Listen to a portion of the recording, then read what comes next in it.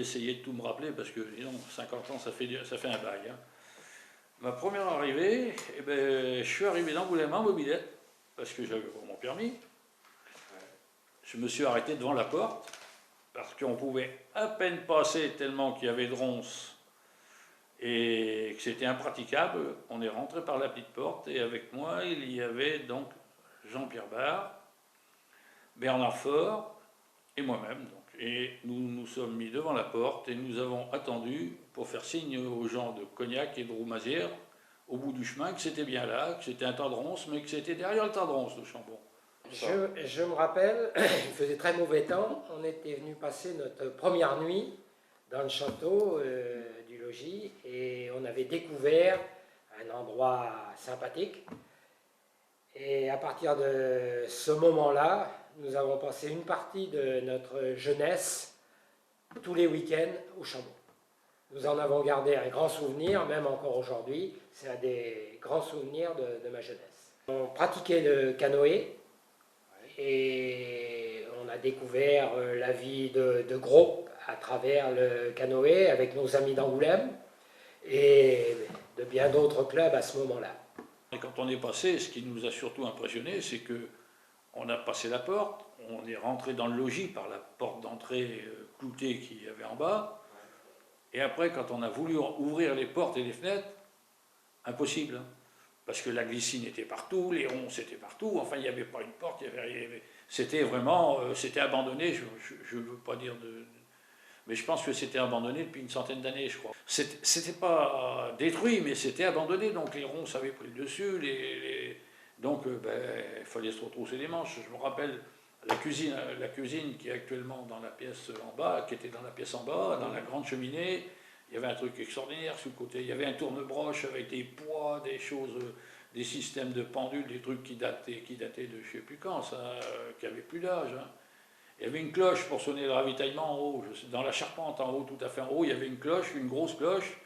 Et quand c'était l'heure de casse-croûte, allait un coup de cloche et tout le monde arrivait. Alors, on n'a pas baissé les bras, mais quand on a vu tout ce qu'il fallait, quand on bossait à 15, 20, mettons même presque des fois 30 le week-end, quand on voyait ce qu'on avait coupé, on disait, il y a encore du chantier, c'est pas demain que ça va être fini. Hein. Parce que 63, ça a dû être le premier stage bateau qu'on a fait, qu'à ce moment-là, le chambon n'était pas acheté, on l'avait fait au collège à Montbron, on dormait sous les tables. Maintenant, tu dis à des gars qui veulent faire un stage bateau, même les gars du canoë, hein, tu leur dis on va faire un stage bateau, vous allez dormir sur le carrelage sous les tables du lycée, ils disent non mais ça va pas bien. On avait créé un comité qui, si je me rappelle bien, hein, mais je sais pas si c'est tout vrai, créé un comité et il s'est trouvé l'opportunité d'acheter ce domaine parce que les gens de jeunesse et sport voulaient faire une base de plein air en Charente et il s'est trouvé l'opportunité d'acheter cette base. Ça s'est fait au travers les stages canoë que nous faisions tous les ans au moment de Pâques à Montbron. Nous étions hébergés au collège et nos dirigeants, nos encadrants de l'époque, Marcel Rocher et André Mermet, eux nous suivaient sur les points de rencontre au cours de la rivière et avaient vu ce logis qui était fermé et ça les interpellait d'une année sur l'autre et ils se sont dit mais voilà un endroit extraordinaire pour faire un centre de plein air parce que c'était à l'époque le canoë il n'était pas dans l'optique d'aujourd'hui, c'était dans l'esprit plein air, au même titre que la marche. À l'époque, on pratiquait l'escalade, le canoë, l'escalade et la spéléologie. Les premières activités qui se sont faites au Chambon ont été ces activités-là. Après, alors, il y a eu les activités naturelles, découverte de la nature à pied, mais les trois activités initiales, c'était ça. Et donc, c'est là que tous les clubs de canoë ou de plein air, parce que il y avait les gens de spéléo, les gens d'escalade qui sont venus, qui venaient moins souvent que les gens. Ce sont que les gens du canoë, parce que ce sont surtout les gens du canoë qui ont bâti la maison. Oui, ça on le sait. Mais il ne faut surtout pas mettre les autres de leur côté. Ils ont mis leur pierre à l'édifice, elle est peut-être moins importante que la nôtre, mais elle a toute sa valeur elle aussi. Et donc il y a eu tous ces gens-là qui ont créé le CODAPA. C'était une association pour gérer le Chambon.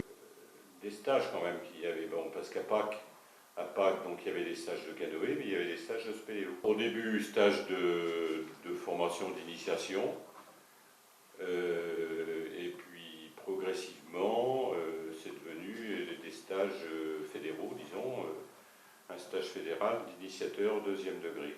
Et il est vrai qu'à l'époque, les choses étaient beaucoup plus faciles au niveau administratif qu'elles ne le sont aujourd'hui. Aujourd'hui, il est évident que c'est quelque chose qui ne se créerait pas comme ça l'a été.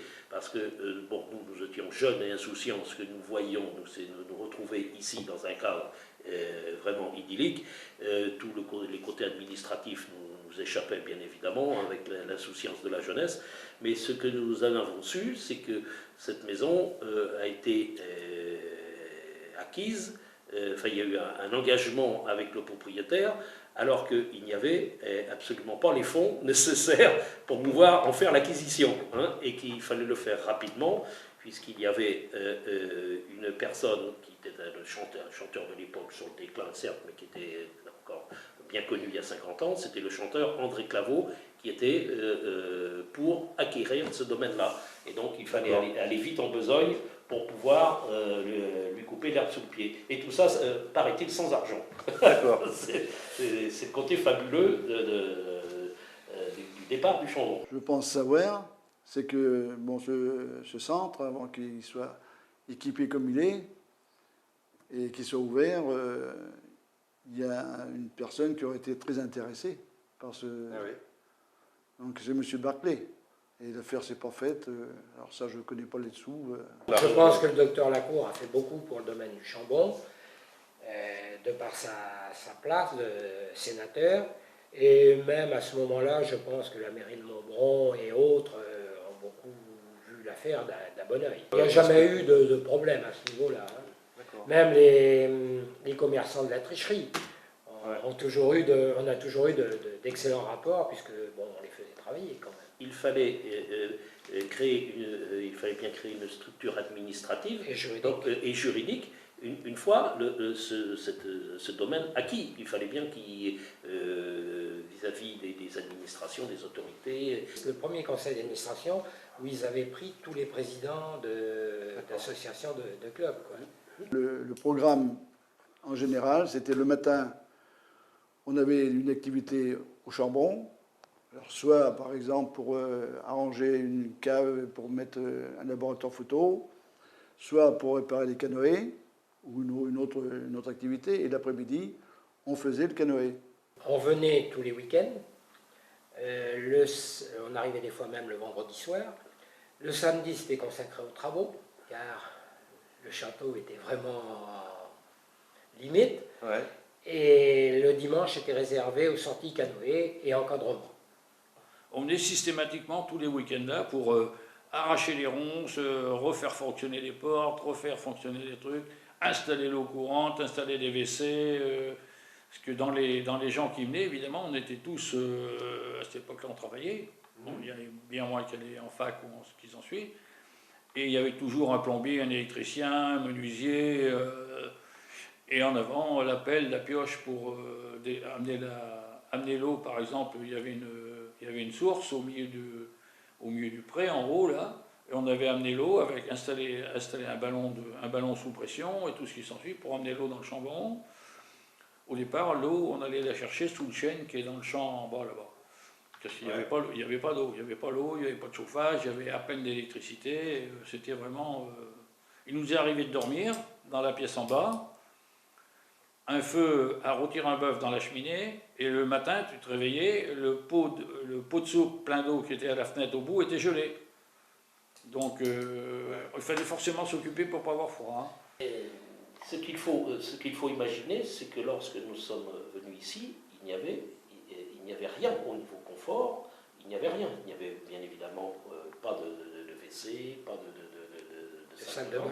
Et donc, la première chose que l'on a fait, c'est que tous les jeunes, alors il y a 50 ans, il faut imaginer que la majorité des jeunes ne poursuivaient pas d'études secondaires, étaient des jeunes qui étaient déjà plus ou moins dans le monde du travail, nous étions tous des apprentis dans divers métiers, et on mettait en pratique notre savoir, ce qui fait qu'on a monté des cloisons, il y a eu de la plomberie faite, du carrelage, de façon un peu succincte certes, mais nous avons eu, parce qu'il n'y avait même pas l'eau, les débuts, la toilette se faisait, je ne sais pas, non, pas là, non, au-dessus. Oui, mais au-dessus aussi, tu sais, avec les portails. Ou alors les filles allaient en haut. C'est la même. C'était dans le petit ruisseau au-dessus, là, qui mène à la propriété. Les tout débuts, la toilette se faisait ici. Alors autant vous dire qu'en hiver, elle était succincte. Après avoir fait sa toilette dans le ruisseau Saint-Pierre, nous avons fait un captage, parce qu'il y avait le jardin sur le côté, et il y avait, je ne sais pas s'il y est toujours, il y avait un bassin qui était un bassin en ciment sur élévation, et nous avions calculé qu'avec la pente, nous pouvions faire un captage et remplir le bassin, et au pilier de la porte qui donnait dans le jardin, nous avions mis un robinet. Et alors là d'un coup, ça devenait le luxe. Nous n'avions plus besoin d'aller au ruisseau Saint-Pierre. L'eau venait à nous dans la cour. Parce qu'après, on a dit qu'il faut mettre des toilettes. Il fallait récupérer les toilettes, les anciennes toilettes qu'il y avait en bas, là. Il fallait bien les récupérer. Heureusement, au Sporting Club d'Angoulême, on avait quand même un sponsor de premier ordre, Daniel Chapuzet. Quand Marcel Rocher a dit à Daniel Chapuzet, il nous faudrait des toilettes, Daniel Chapuzet a dit, mais moi les toilettes et les douches, je vous les donne. Donc avec la prairie, là, la voiture blanche, on est passé à l'entreprise Chapuzet.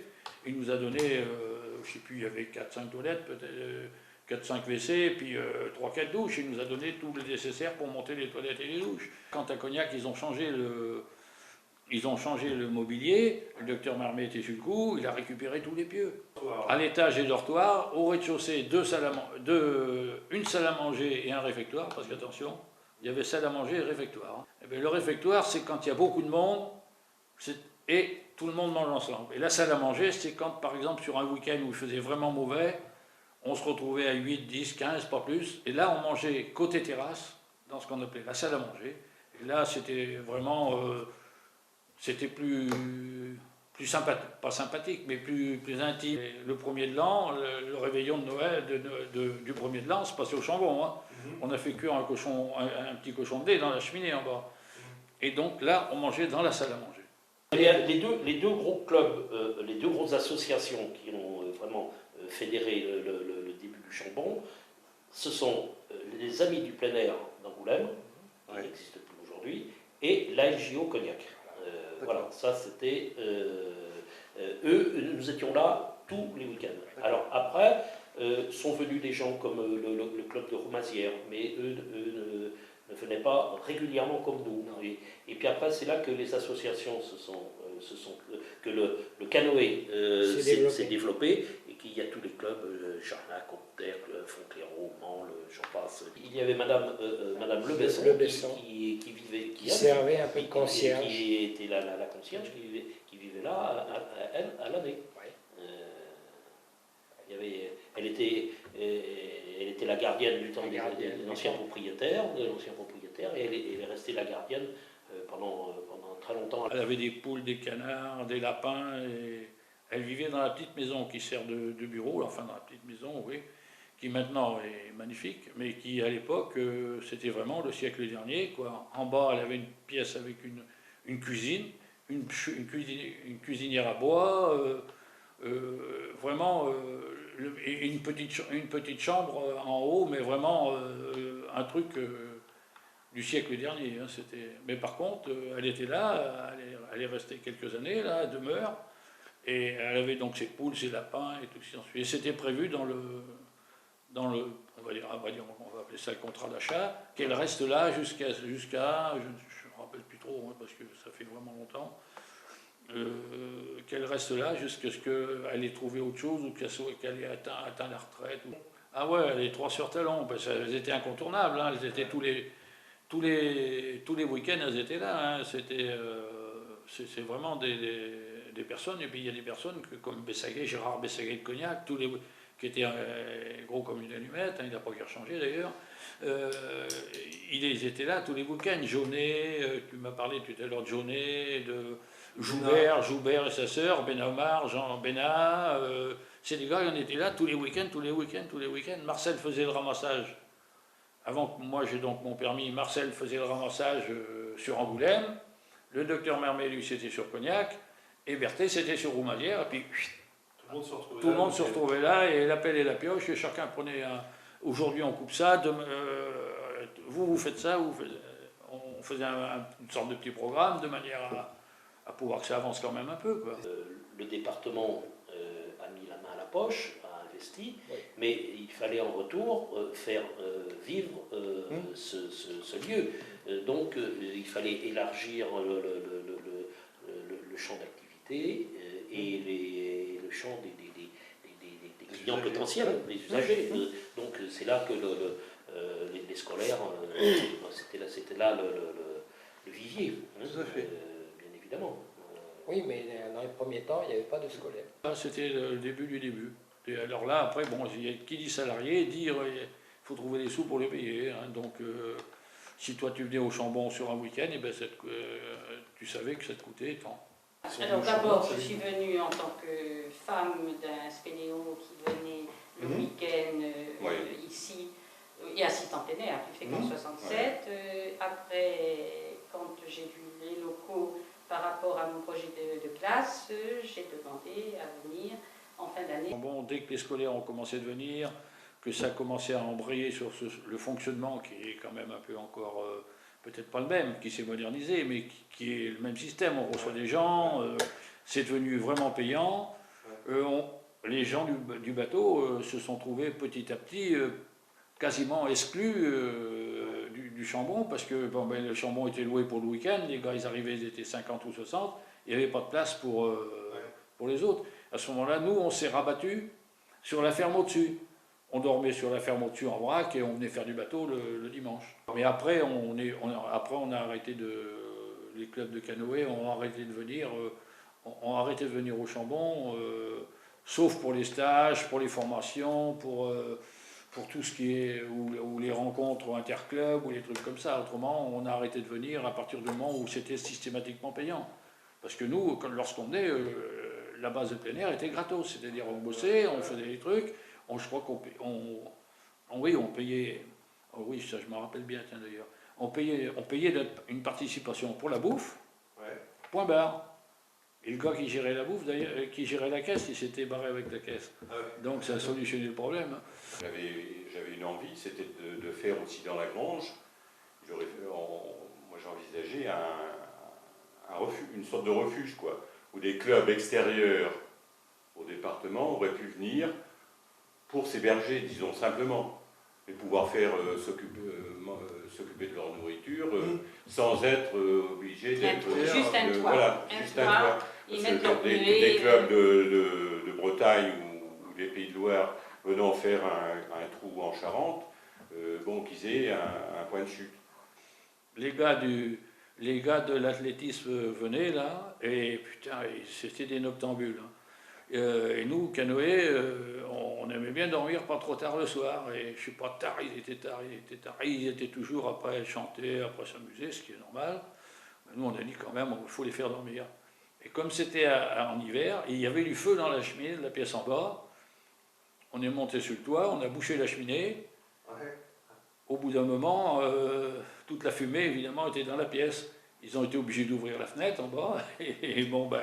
Ils ont dit, bon, allez, on éteint tout et puis on va se coucher. Marcel Rocher, quand il venait, il mettait un petit fanion.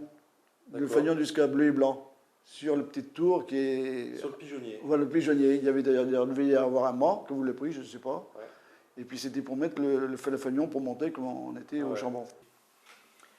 Une autre fois, pareil, je ne me rappelle plus, là, on a fait du riz au lait Et comme on se servait de vaisselle qui était dans les placards là depuis des années et des années, il y avait des trucs, il y avait dans le logis, il y avait tous les, c'était resté comme c'était il y a peut-être 100 ans. Donc il y avait des cuillères en plomb, ben, on a tourné le riz avec les cuillères en plomb. Et au bout d'un moment, quand on est parti faire un tour, quand on est revenu, il n'y avait plus que la queue de la cuillère. Le reste avait fondu. On a tout mangé quand même, hein, personne n'est malade. Alors le gros problème des SPO, c'est que on leur disait, Marcel leur disait toujours, n'oubliez pas, vous partez, mais on mange à 12h30. Eux, ils arrivaient à 3h. Là, ceux qui connaissaient Marcel connaissent la réaction. C'était quand même, je parlais de ces hommes qui étaient quand même très, très inventifs. Ils avaient imaginé un jour de faire venir des acteurs avec une pièce de théâtre dans la cour. Nous avions monté des gradins avec une scène et et la pièce de théâtre avait été donnée le samedi soir, tout ça pour faire un petit peu d'argent. Alors quelle avait été la recette, ça je n'en ai aucune idée. Non, mais il y avait eu du monde. Il y avait eu du monde parce que je pense que pour certains, c'était même la découverte du château. Quand Jeunesse et Sport, ils étaient dotés à un moment donné, ils étaient dotés pour se déplacer de scooters et de motos. Ouais. Quand c'est passé à la voiture, les scooters et les motos de Jeunesse et Sport sont arrivés là dans les granges. Je pense bien que nous, qu'on était tout jeunes et courageux, on a dit faut qu'on essaie. On a remis ça en route, je te dis pas. Hein. Il y avait les motos et les scooters dans les bois aux alentours. Hein. Quand on avait le camion, on avait un camion Citroën, on l'appelait le Boeing, le camion. C'était un Citroën qui avait fait la guerre, je ne sais pas quand, là, avec un grand nez devant qui marchait. Il fallait avoir du courage déjà pour monter dedans et pour prendre le volant. Quand on s'en allait tous, c'était un camion benne, on s'en allait à 20 derrière dans la benne, et 2 qui conduisaient. Et en avant, on emmenait les gars à la rivière. Tu fais ça maintenant, tu vas en prison. Ces hommes-là ont été des gens c'était des visionnaires. Hein, d'une part, mais ensuite ils se sont quand même terriblement investis, hein, parce qu'il faut quand même, avec le temps, sur le moment on ne s'en rendait pas forcément compte, mais devenu adulte, c'est là qu'on a réalisé tout l'investissement de ces hommes qui étaient là tous les week-ends à nous encadrer. C'était quand même quelque chose. Et il ne faut pas oublier non plus, c'est que derrière ces hommes-là, il y avait des femmes, il y avait leurs épouses qui ont été d'une grande abnégation pour accepter et supporter une chose semblable. Et ça, j'insiste beaucoup parce que ces dames sont aussi à mettre à l'honneur, hein, parce que c'était quand même quelque chose. Hein. C'était quand même, dès le départ, il fallait trouver tous les outils, ne serait-ce que pour acheter une tronçonneuse, que pour acheter des outils, et puis pour manger, il fallait bien... les premiers vraiment, et puis emmener les gens, les nez de cognac que tous les week-ends avec une pleine voiture à 9 par voiture, puisqu'on peut voyager qu'à 9 dans une voiture, et il fallait l'essence, puis tout ce qui s'ensuit, hein. Tout ce qui est les bateaux, le matériel, les gilets de sauvetage, souvent c'était financé par Berthet ou le docteur Mermet qui dit bon, il faut acheter des gilets de sauvetage, on va en acheter quelques-uns. C'était souvent, ils avançaient l'argent, c'était pas remboursé. Nous étions dans un espace de liberté totale, mais dans un bel espace de liberté, et on nous a fait une confiance extraordinaire. A posteriori, on se dit... c'est après qu'on s'en est aperçu. C'est incroyable. Des gens vraiment extraordinaires. Moi, il n'est pas de jour où, à un moment ou un autre de la journée, quelque raison que ce soit, je ne pense pas à l'un d'eux ou à eux et faire référence. Tu te rends compte quand même, ces types-là, c'était extraordinaire. Pour nous, ça a été une aventure absolument exceptionnelle. Une aventure humaine. Aujourd'hui, une aventure humaine. C'est un peu bateau de dire ça, mais... non. Une aventure humaine, et disons que les responsables nous faisaient confiance. Parce qu'il est arrivé des fois où le docteur ne venait pas, M. Rocher était là, et un des deux manquait, mais il n'y a jamais eu aucun problème. Mais il faut dire que pour le fonctionnement, le docteur Mermet et M. Berthet, là, le Pacha, étaient très généreux pour le fonctionnement. Leurs voitures personnelles étaient investies dedans, puis plein de choses, ils étaient investis à 100%. Donc, sans ces gens-là, le Chambon n'aurait jamais existé. Hein. Il y avait la vie en groupe, le respect des autres, et tout un tas de valeurs qui ont fait que si on regarde, dans tous les gens qui sont passés ici, il y en a beaucoup qui, après, à quelques titres que ce soit, se sont investis dans la vie publique, la vie associative. On n'est pas là pour évoquer ça, mais Jean-Claude a eu un parcours associatif important, moi-même aussi, et puis d'autres qui sont devenus maires de leur commune, des gens qui je me suis occupé. S'engager, c'est de l'engagement. sont engagés. Puis c'est quand même formidable de voir ce qu'il y en a dans la réussite, quoi. Au bout de toutes ces années, là.